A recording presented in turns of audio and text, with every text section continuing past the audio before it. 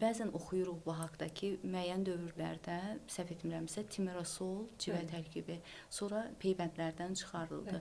Bu bununla əlaqədar ola bilər? Əlbəttə, o ağır metallardır. Ağır metallar onsuz da, yəni peyvənd dönəmində, bayaq ona görə söylədim ki, zaten orqanizm bir mübarizə mexanizmini işə salır və həmən dönəmdə uşaqların temperaturu da qalxa bilir, yəni uşaqlarda hər hansı başqa bir iltihabi əlamətlər də formalaşır. Bəzən həmən yeridilmiş peyvəndin bənzər xəstəliyin belə ortaya çıxır, hansı ki, bu peyvənddən gözləntilərimizdir. Amma hər bu uşaq bunun öhdəsindən gələ bilirmi?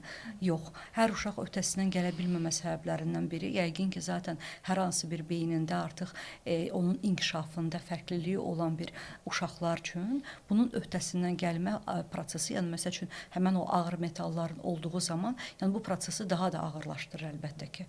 Yəni bu necə ki, birincili olaraq bir qrip məsəl üçün xəstəliyi var, bir loru dilində belə başa salsaq, düşünün ki, ikincili olaraq da, yəni məsəl üçün hər hansı bir uşaq bir yıxılır və başqa bir infeksiyada yaxalanır. Çünki həmən o çirkab yerdən tutaq ki, bir başqa da bir bakteriya qazanır. Məsəl üçün virus infeksiyası vardı, indi də bir bakteriya qarşılaşdı. Əlbəttə ki, xəstəliklə mübarizə aparma vaxtı bədən artıq öz mübarizə mexanizmlarını iki fərqli istiqamətə bölmüş olur.